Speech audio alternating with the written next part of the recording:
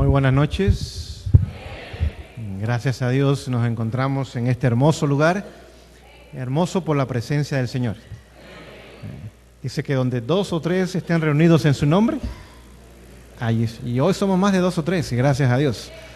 Así que también tenemos la presencia de muchos ángeles que han venido para adorar al Rey del Universo. Una vez más, lo que vamos a hacer en esta noche es continuar nuestra serie de temas del santuario, pero antes vamos a orar y después de la oración, aquellos que están detrás, por favor, si son tan amables, hay todavía muchos espacios aquí delante, deje esos espacios atrás para los que lleguen más tarde o quizás tengan alguna necesidad imperiosa y necesitan estar atrás, pero si usted está bien, le invitamos que pase aquí al frente y llene estos espacios en blanco, pero primero vamos a tomar un momento para orar y vamos entonces al estudio de la noche. Si usted puede, de rodillas, acompáñenme en la oración.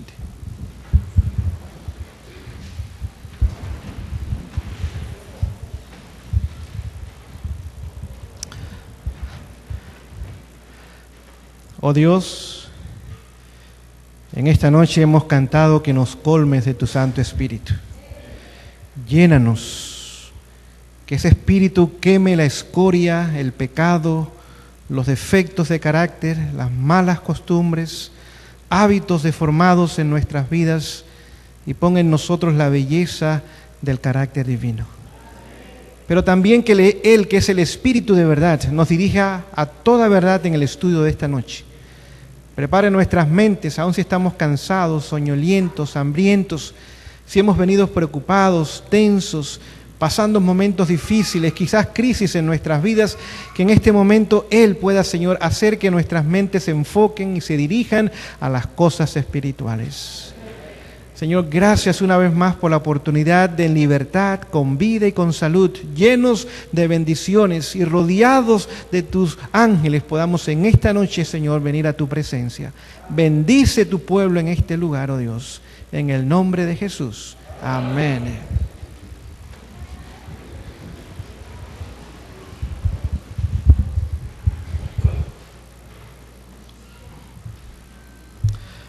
Vamos a abrir nuestras Biblias al libro de Números,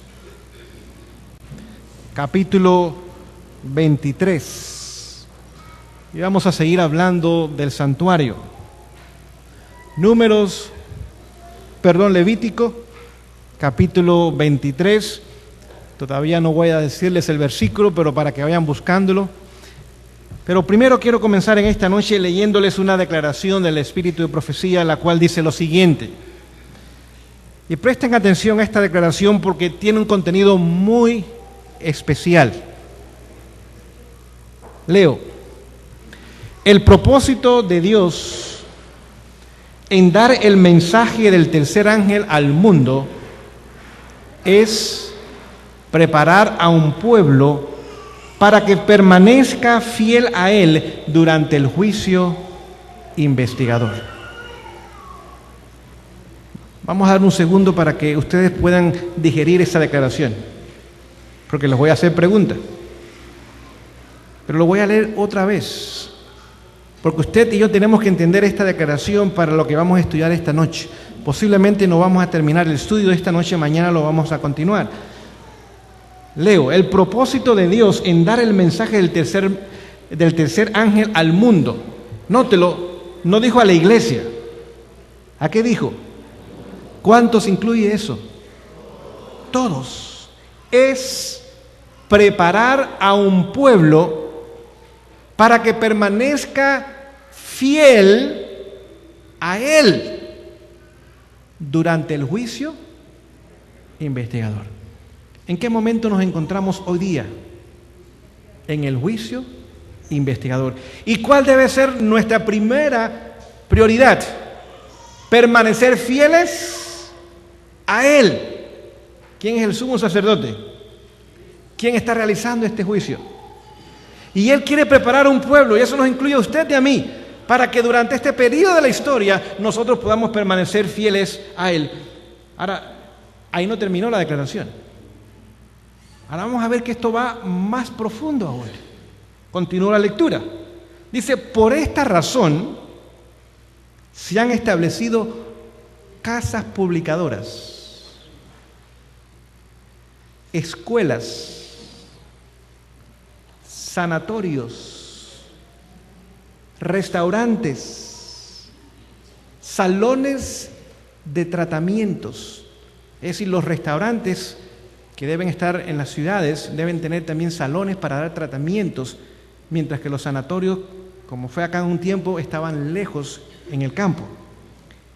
Y fábricas de comida.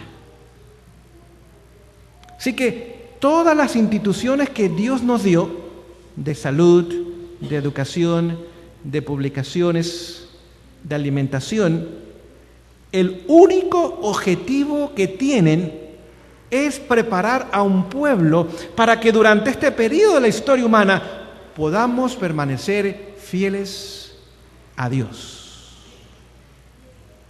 No es por razones económicas que nos den esas instituciones. ¿Entendemos eso o no? Parece que no muchos lo entienden.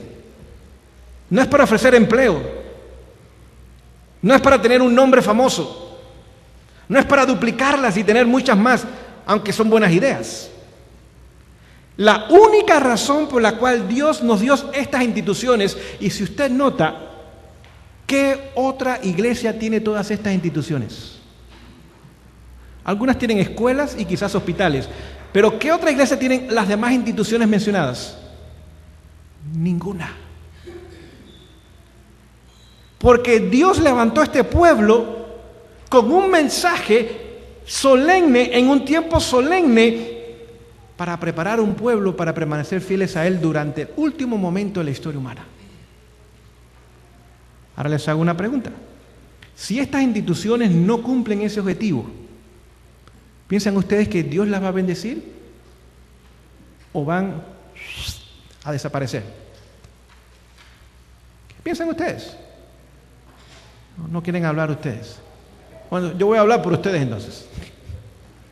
Si esas instituciones no cumplen el objetivo por el cual Dios las estableció, no hay razón de su existencia. Y por eso vemos que muchas de ellas hoy día están en serias crisis y algunas han desaparecido. Pónganse a pensar en los Estados Unidos, el país que fue la madre de este movimiento. Tan solo le queda una casa publicadora. Tenía varias hace 100 años atrás, una sola. Colegios que se están cerrando, universidades como la que estaba en Massachusetts. Algo está pasando, que el Señor está retirando su bendición de algunas instituciones porque no están cumpliendo el propósito por el cual fueron establecidas. Pero les voy a hacer una pregunta, y ahora es individual.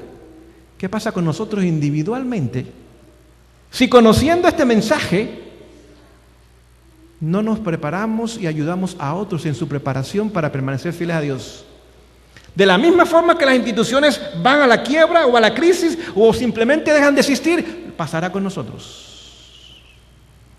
No piense que tan solo es para algunas organizaciones, también tiene una aplicación individual. Termina diciendo la declaración: es con este propósito que se lleva adelante la obra en todas las líneas de trabajo. Entonces, ¿cuál es la misión de la escuela sabática? De las sociedades jóvenes, de los departamentos de niños o infantiles, de los conquistadores. ¿Cuál es la misión de todos los demás departamentos y líneas de trabajo que el Señor nos ha dado? Es preparar a un pueblo para permanecer fiel a ¿quién? ¿Durante el tiempo de qué?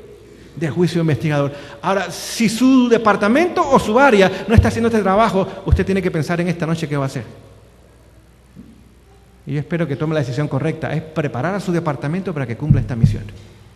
No es para entretener niños, no es para entretener jóvenes, no es para tener gentes y un montón de gentes y pensar que porque tenemos dinero y mucha gente asisten a nuestras actividades las cosas están bien. No, el objetivo que el Señor nos ha levantado como pueblo es preparar a un pueblo para que esté firme y fiel a Él durante el tiempo del juicio investigador.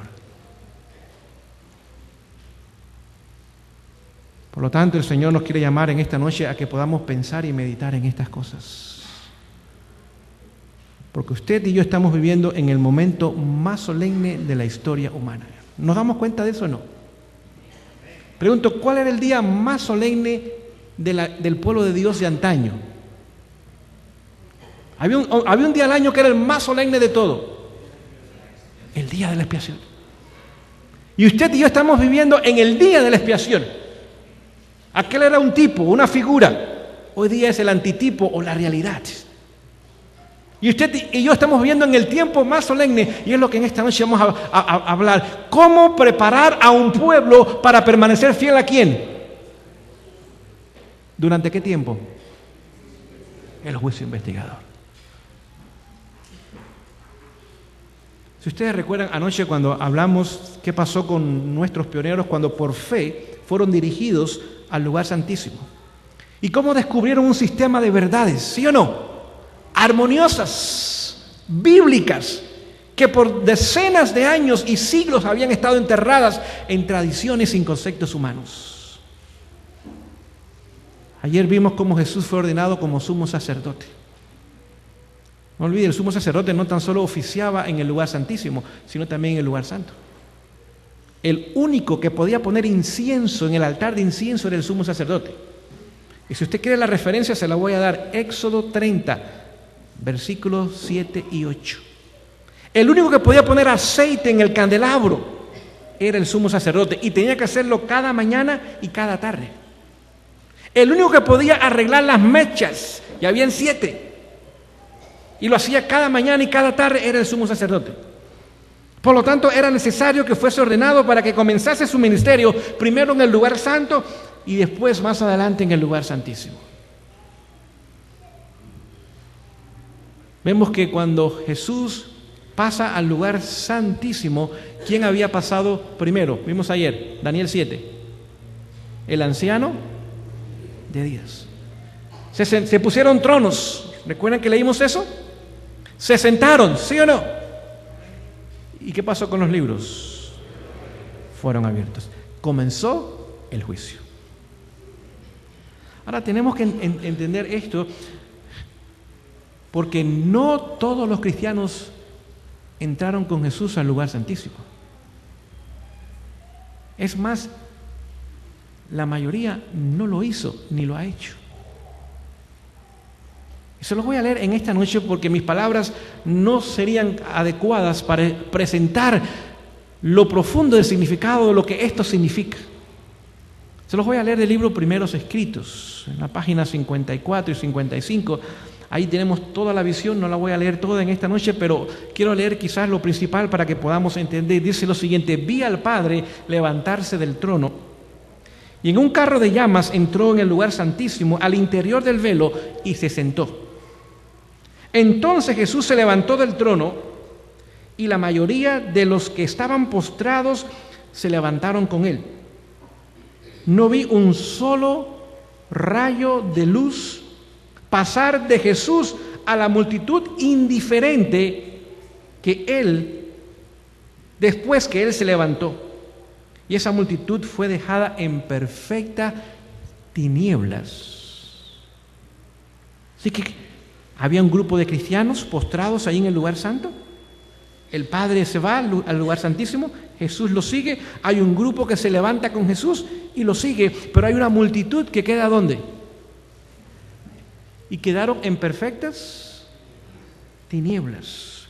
Continúo la lectura, dice: los que se levantaron cuando se levantó Jesús tenían los ojos fijos en él mientras se alejaba del trono y los conducía un trecho. Alzó entonces su brazo derecho y oímos su hermosa voz decir: aguardad aquí, voy a mi Padre para recibir el reino. Mantened vuestras vestiduras inmaculadas, y dentro de poco volveré de las bodas y os recibiré a mí mismo. Después de esto, un carro de nubes, es decir, de ángeles, cuyas ruedas eran como llamas de fuego, llegó rodeado de ángeles donde estaba Jesús. Él entró en el carro y fue llevado al lugar santísimo, donde el Padre ya estaba sentado. Allí contemplé a Jesús, el gran sumo sacerdote, de pie delante del Padre. En la orla de su vestidura había una campana y una granada. Luego otra campana y otra granada. Vamos a ver qué significa eso pronto. los que se levantaron con Jesús elevaban su fe hacia Él en el lugar santísimo. Ya no estaban en el lugar santo. Por fe habían seguido a Jesús al lugar santísimo. Y rogaban: Padre, danos tu Espíritu. Entonces Jesús soplaba sobre ellos el Espíritu Santo. En ese aliento había luz, poder, mucho amor, gozo y paz. Así que vemos que aquellos que siguieron a Jesús al lugar santísimo rogaron para recibir el Espíritu Santo y la promesa les fue dada. Recibieron luz, ¿verdad? Poder, pero recibieron tres cosas muy importantes también: amor, gozo y paz. ¿Qué son esas tres cosas? Frutos del Espíritu. Es decir, no tan solo estaban en la presencia del Padre y del Hijo en el lugar santísimo, sino que habían recibido ¿a qué más? ¿O a quién más? Al Espíritu Santo. Voy a leerles la última declaración. Me di vuelta, es decir, por fe ya había entrado al lugar santísimo, para mirar la compañía que seguía postrada delante del trono en el lugar santo. Y no sabía que Jesús lo había dejado. Satanás parecía estar entonces al lado del trono. ¿Quién vino al lado del trono entonces? Procurando llevar adelante la obra de Dios. ¿Entendemos esa declaración? ¿Quién tiene interés en llevar adelante la obra de Dios también? ¿Será cierto que tiene interés o parece que tiene interés en llevar adelante la obra de Dios? Sabemos que es el enemigo, no tiene ningún interés, pero quiere aparentar que tiene interés. ¿Y por qué? Lo voy a leer. Vi a la compañía alzar las miradas hacia el trono y orar: Padre, danos tu Espíritu. Satanás soplaba entonces sobre ellos una influencia impía. En ella había luz y mucho poder, pero nada de dulce amor, gozo y paz. El objeto de Satanás era mantenerla engañada, arrastrarla hacia atrás y seducir a los hijos de Dios. Es decir, aquí explica lo que ha pasado con el mundo cristiano. Como no aceptó el mensaje del primer ángel, segundo ángel que Miller y sus seguidores presentaron, y después del chasco ahora se une el mensaje del tercer ángel, en vez de entrar por fe al lugar santísimo, quedaron en el lugar santo. Pero el Padre y el Hijo no se encontraban allí ya. Y ahora Satanás viene y trata de usurpar la posición de ellos. Y cuando ellos piden de su Espíritu, pregunto yo, ¿el mundo cristiano hoy día pide el Espíritu también? Sí. ¿Qué recibieron? ¿Luz? ¿Tienen también verdades? Sí las tienen. ¿Y gran poder? ¿Tienen poderes para milagros? ¿Para libramientos? Sí. Es más, en eso se basa su experiencia espiritual hoy día, en milagros, en sanidades, en quitar posesiones demoníacas, etcétera, etcétera. Pero note, quien les ha dado ese poder a ellos no es la presencia del Espíritu de Dios, sino es una influencia impía que el enemigo ha enviado sobre ellos. Es decir, que usted y yo tenemos la misión de ayudar a estos lindos hermanos. Dice que no se dieron cuenta de lo que había pasado. Invitarlos por fe a que nos sigan, porque estamos siguiendo a Jesús al lugar santísimo. Es muy importante que entendamos lo que en esta noche hemos nosotros podido leer. ¿Qué más nosotros podemos encontrar acá que nos ayude a entender lo que queremos nosotros ahora compartir en esta noche o estudiar juntos en esta noche en preparación para ser un pueblo fiel durante el tiempo del juicio investigador? Ahora vamos a leer allí en el libro donde estábamos de Levítico, capítulo 23. Levítico, capítulo 23.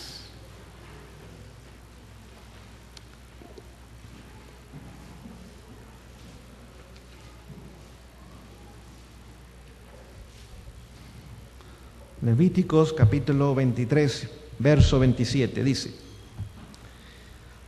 a los 10 días de este mes séptimo, está hablando del año religioso eclesiástico, será el día de expiación.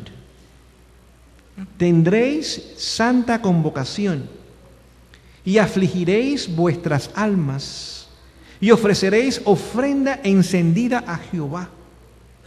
Ningún trabajo haréis en este día, porque es día de expiación para reconciliaros delante de Jehová vuestro Dios. Porque toda persona que no afligiere en ese mismo día será cortada de su pueblo.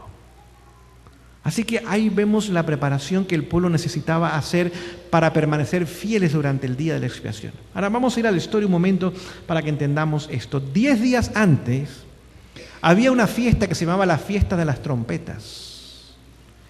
Y la fiesta de las trompetas es lo que daba inicio al año civil.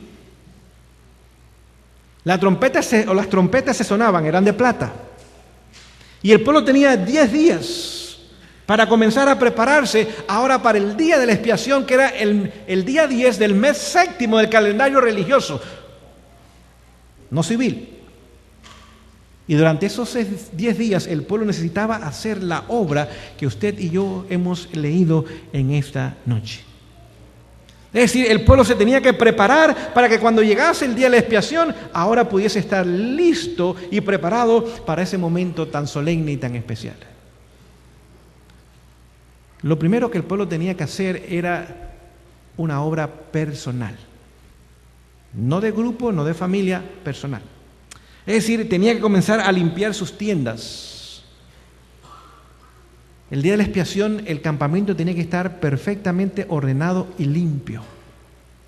Sus ropas tenían que estar lavadas. Y obviamente sus cuerpos también. Es decir, que esto del día de la expiación y el mensaje que incluye no es tan solo una preparación de carácter espiritual, iglesia.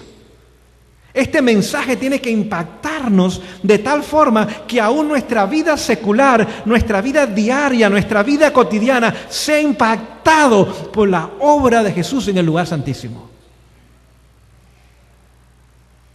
Es decir, sus viviendas tenían que estar limpias y ordenadas. ¿Cómo deben estar las nuestras también entonces? Es decir, esta preparación, iglesia, no es tan solo de corazón. Hay una preparación física que tenemos que hacer. Tenemos que ahora ir a nuestros hogares y poner nuestros hogares en el mismo orden y la misma limpieza que hay en el lugar santísimo. ¿Me explico en esta noche?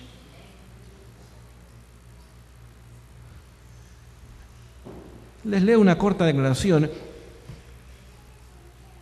Dice: la primera ley del cielo es el orden. ¿Cuál es la primera ley del cielo?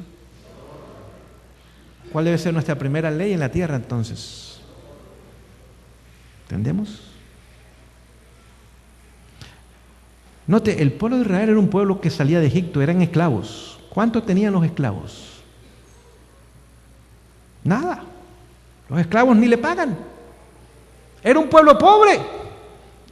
Moraba en carpas o en tiendas de campaña.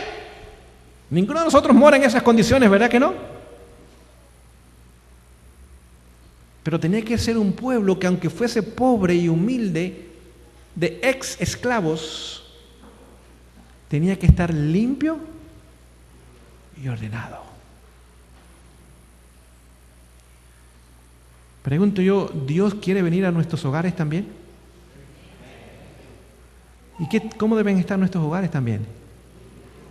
¿Limpios? ¿Saben ustedes que la limpieza y el orden son hermanos gemelos? Si hay orden pero no hay limpieza, no se ve el orden. Y si hay limpieza pero no hay orden, no se nota la limpieza. Son hermanos gemelos. Póngase a pensar, el pueblo de Dios no tenía baños. No habían letrinas. ¿Saben lo que tenía el pueblo de Dios? Una estaca. Y cuando terminaba con sus necesidades fisiológicas, ese lugar tenía que quedar como que nada hubiera pasado allí. Todo tenía que ser tapado y cubierto. Noten, habían 2 millones de personas en ese lugar. Y era muy fácil que la falta de orden y de limpieza se notase y que hubiese mal olor. Pero Dios había dicho, no, yo voy a morar en medio de ellos y mi pueblo tiene que ser tal pueblo que sea un pueblo limpio y ordenado.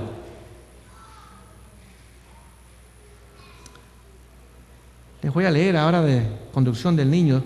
Dice, la falta de limpieza en el hogar. ¿En qué lugar? Noten, no dice la calle, no dice la iglesia, no dice la escuela, no, dice ¿dónde?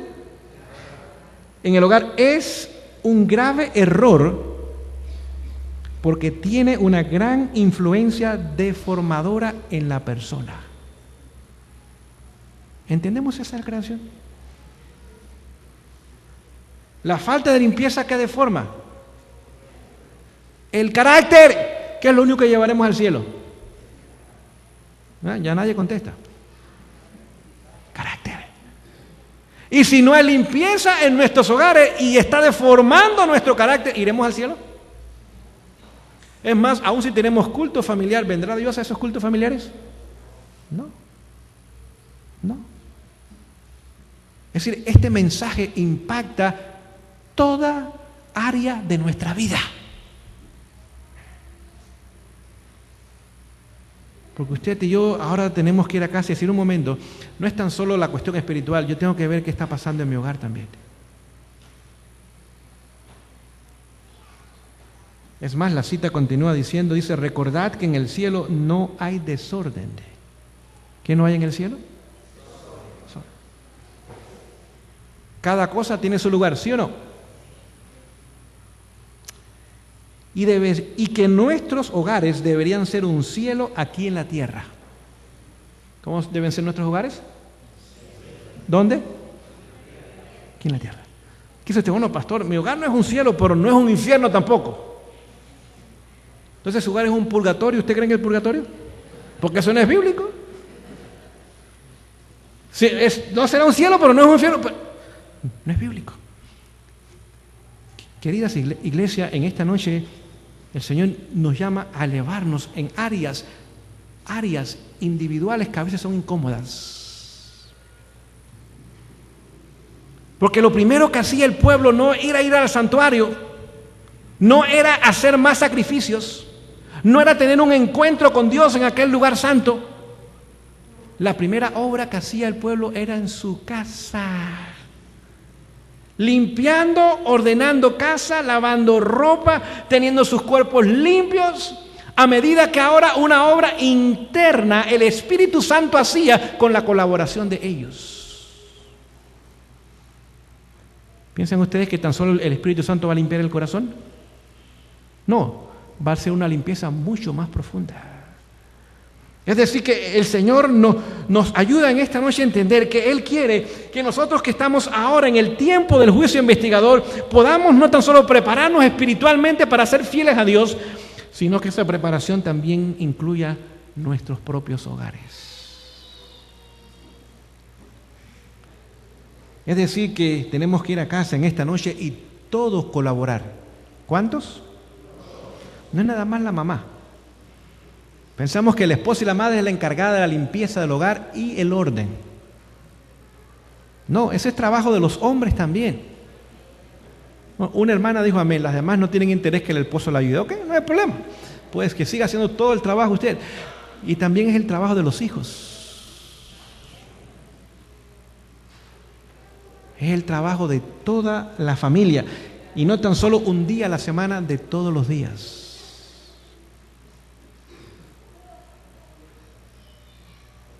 Continúo leyendo del libro Conducción del Niño. Dice, si los niños tienen una habitación para ellos y se les enseña a mantenerla limpia, aseada y hacerla agradable, ¿y de quién es esa obra?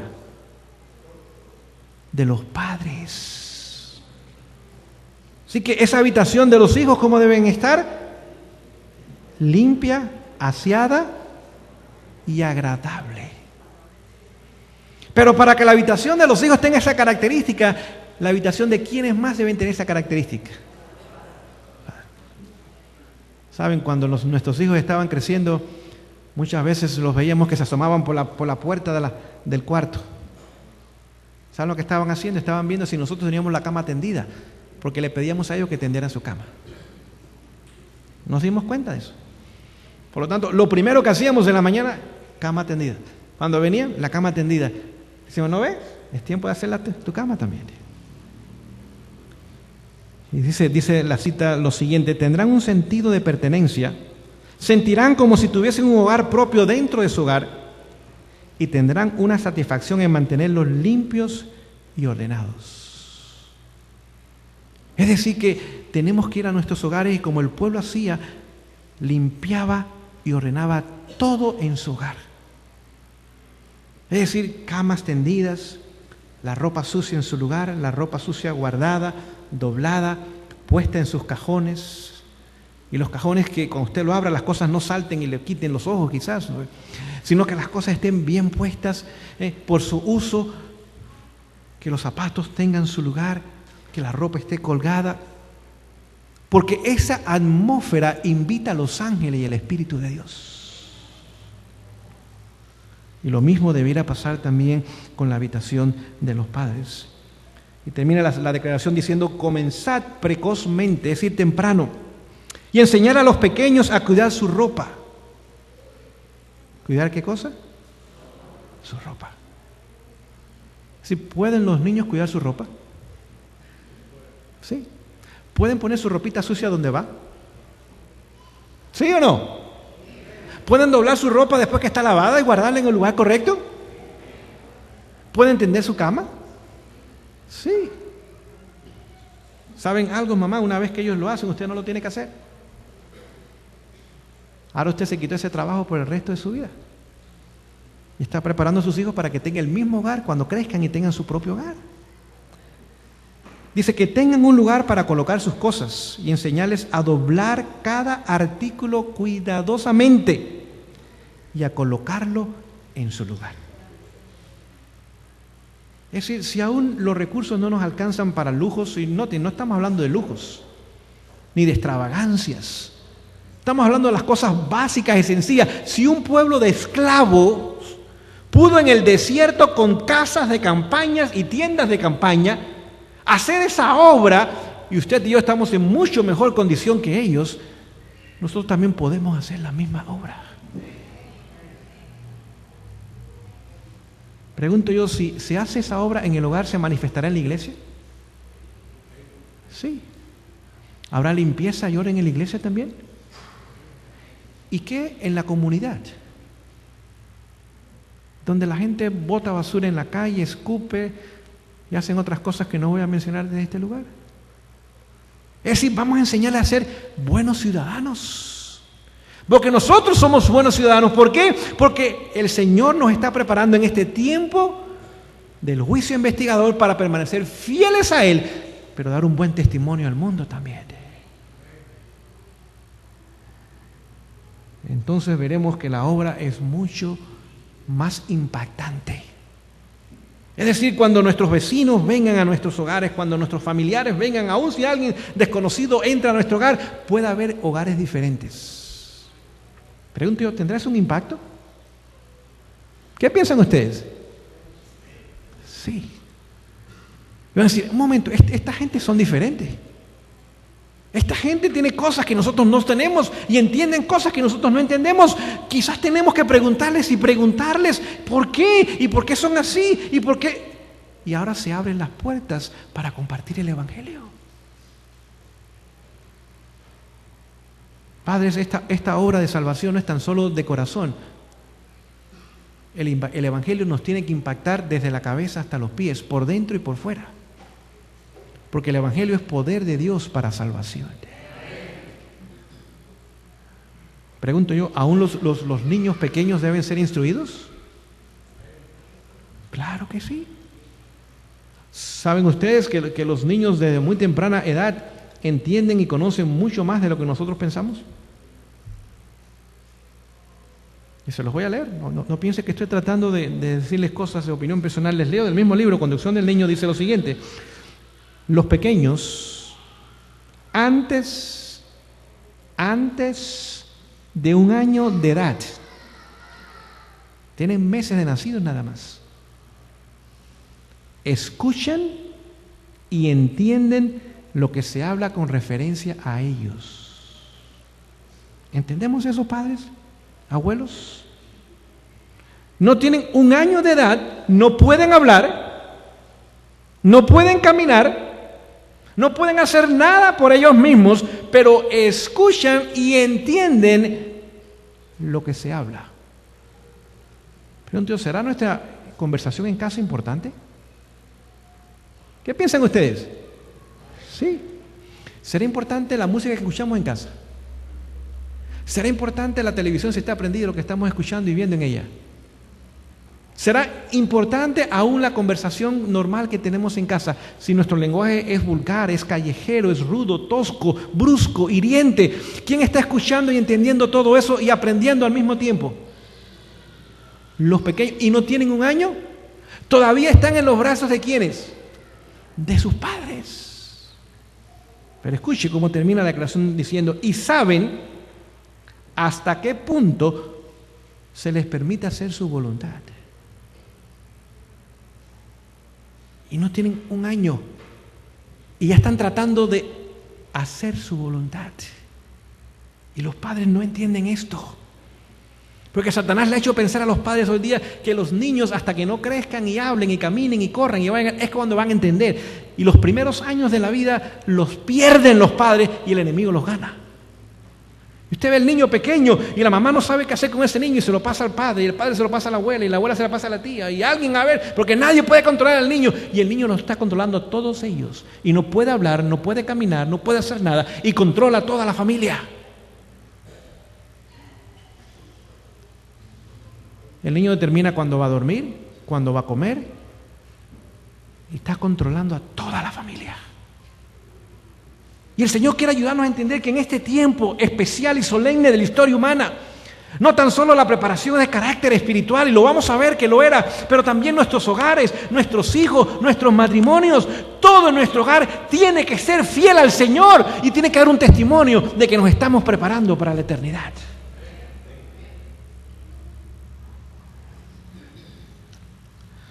Continúa la declaración y termina diciendo, no les deis nada que pidan llorando. ¿Entendimos esa declaración? Si lloran, ¿cuánto se le va a dar? ¿Están seguros? Sobre todo las abuelitas consentidoras. Sobre todo el papá o la mamá, porque siempre en la pareja hay uno que es suave. Hay uno, ay, pobrecito el niño. ¿Cuánto le vamos a dar llorando? Bueno, quizás una nalgada si se merezca, pero eso es todo. Usted va a revisar el pañal, quizás el pañal está sucio. ¿Necesita cambio entonces? Claro que sí. Y el niño no habla, así que va a llorar. Si es tiempo de comer, pues tiempo de comer. Pero si el pañal está limpio, si no es tiempo de comer, que llore. Que esos pulmones se desarrollen bien. Y digan, no, llorando no vas a recibir nada. Tú no mandas en esta casa. Los padres somos la ley en este hogar. Déjeme decirle, cuando son adolescentes no van a llorar, van a gritar. Y nos van a golpear y nos van a amenazar. Y nos van a maltratar y nos van a hacer irrespetuosos. Porque no les enseñamos la lección del dominio propio desde los brazos, cuando era el tiempo para hacerlo. Ahora nos damos cuenta cómo ese pueblo se iba preparando. ¿Saben ustedes qué sucedía cuando el pueblo llegaba el día de la expiación? Esos hogares estaban nítidamente limpios y ordenados. Sus cuerpos limpios. Pregunto, ¿nuestros cuerpos deben estar limpios también? ¿Debe haber aseo personal entre nosotros? Claro que sí. ¿Aún se hace frío? ¿Hay que bañarse? Algunos no quieren contestar esa pregunta. Antes de comer, ¿debemos lavarnos las manos? Cuando se usa el baño, ¿debemos también lavarnos las manos? Cuando llegamos de la calle, ¿también debemos lavarnos las manos? Porque a veces yo veo a los niños aquí en la iglesia y todavía tienen los frijoles colgando en su ropita. Si fueron pintos, si fueron negros, si fueron rojos, uno sabe qué desayunaron los niños. Si el cornflakes era amarillo, usted sabe, aún el cereal que los niños comieron. Mamá, usted no puede dejar que eso pase con sus hijos. Esos niños no están adorando al Señor, ni usted tampoco. Tenemos que entender estas cosas, pueblo. El Señor nos está llamando, y entendamos esto, el Señor nos está llamando para un día morar en su presencia. Y tan solo lo santo, lo puro, lo limpio, lo ordenado, mora en la presencia de Dios.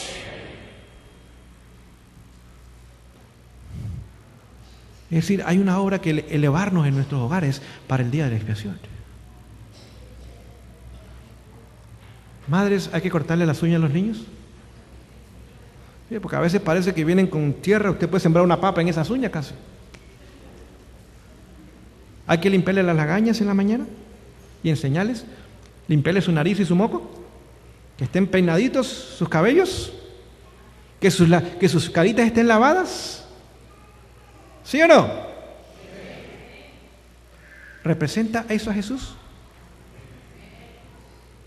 Aún si van a la escuela, si van a jugar, usted tiene que ayudarlos a entender estas cosas con su ejemplo en primer lugar, y también usted tiene que enseñarles a ellos para que ellos puedan valorar los principios de un pueblo que se prepara para morar en la presencia de un Dios santo.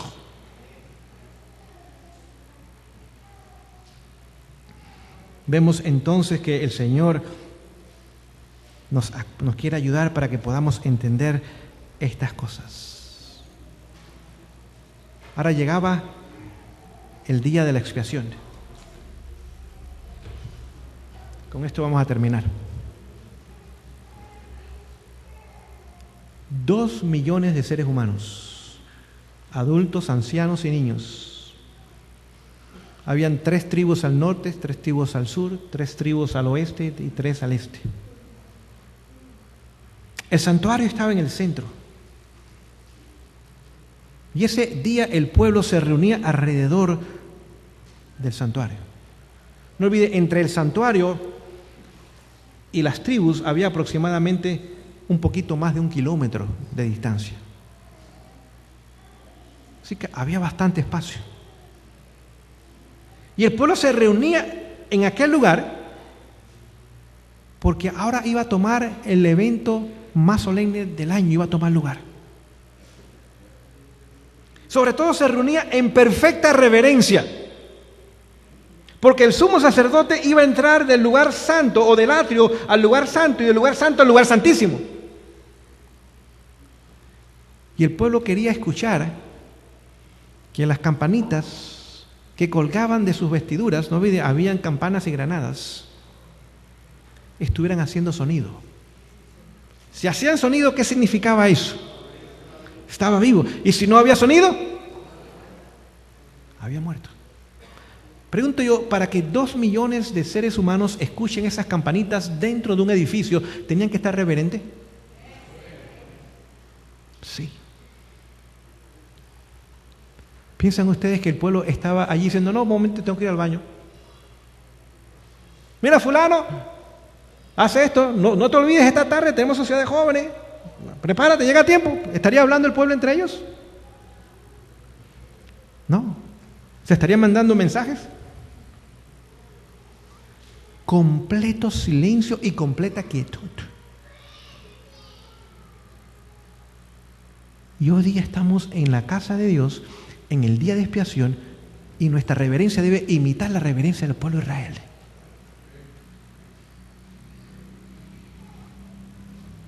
Note, el sumo sacerdote estaba allí por unos minutos muy cortos. Es más, cuando él iba a entrar tenía que tomar más incienso y ponerlo para que hubiese más humo en el altar de incienso, y la gloria de Dios que se mostraba sobre la chequina, que era la parte de arriba del arca, fuese más cubierta, porque era tan poderosa esa gloria, tan brillante esa gloria, que podía consumir al sumo sacerdote. Y ahora él ponía más incienso, más méritos de Cristo, para que su indignidad como ser humano no fuese consumida por la perfección y el poder de Dios.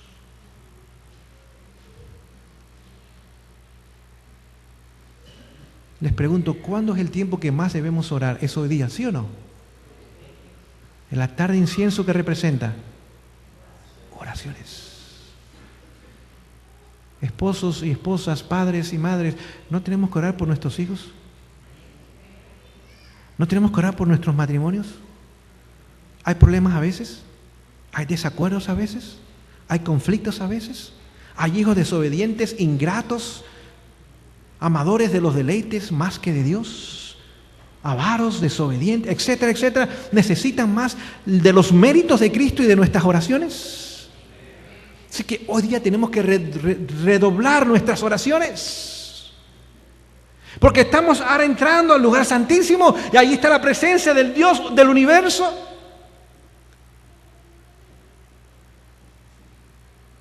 No olvide cuando el sumo sacerdote iba a entrar,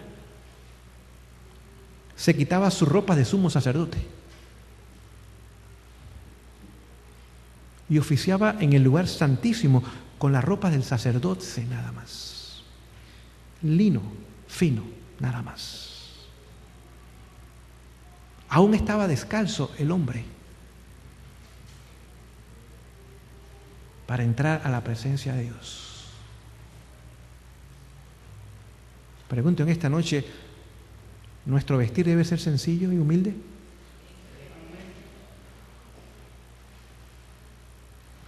Claro. El sumo sacerdote iba más de cerca a la presencia de Dios y más humilde era su forma de vestir. Sí, tenemos que entender el día de expiación.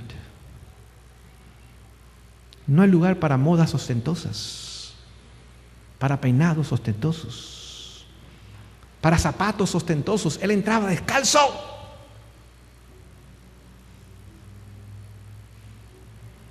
El pueblo de Dios debe ser un pueblo que se caracterice por la sencillez, pero al mismo tiempo por el buen gusto. No piense que vestirse como un espantapájaro honra a Dios tampoco. Porque hay algunos que espantan al espantapájaro. Nuestra ropa limpia, planchada. ¿Dije planchada? Sí, porque hoy día no queremos planchar. Sacamos las cosas y las colgamos para que pronto se seque y no haya que planchar. A veces usted ve esposos y niños que vienen a la iglesia, damas, y da pena. Su ropita está arrugada. Esos pantalones parece que salieron de una botella. No. Venimos a la presencia de Dios en el día de la expiación. Y notes, el día de la expiación hoy día es todos los días. Así que si venimos el miércoles a la iglesia y venimos hoy lunes a la iglesia, es día de expiación. Ropas lavadas, ropas planchadas, cuerpos limpios, sencillos, humildes, pero con buen gusto, bien combinados, no cosas rotas y botones sueltos y el pobre hombre se viste a veces quizás con un pantalón rojo y una camisa verde y quién sabe, ¿cómo usted va a venir así a la presencia del Señor? Eso está bien para un payaso, pero no para una persona que viene al lugar santísimo.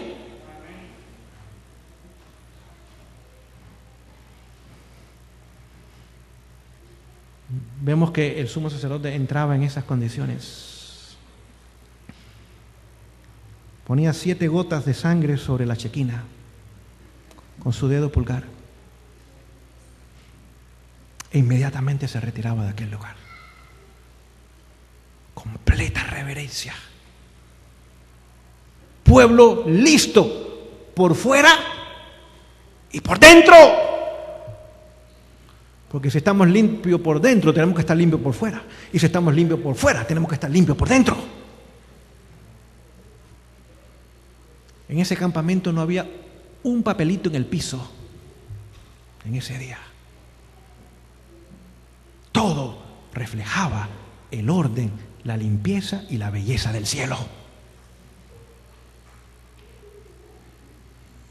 Y ahora el sumo sacerdote podía salir y dar su bendición a la congregación. Es pronto lo que Jesús va a hacer. Mañana vamos a seguir estudiando cómo ese pueblo se preparaba ahora espiritualmente. Vemos que llegará el momento donde Jesús otra vez saldrá del lugar santísimo. Es interesante, cuando el sumo sacerdote salía del lugar santísimo, se ponía sus ropas de sumo sacerdote entonces, y salía para bendecir al pueblo. Ahora, cuando Jesús termine su obra en el lugar santísimo, se va a quitar sus ropas de sumo sacerdote y se va a poner sus ropas reales, porque es Rey de reyes y Señor de señores. Y viene a buscar a un pueblo entonces que refleja las características del cielo. Que el Señor bendiga el estudio de su palabra en esta noche.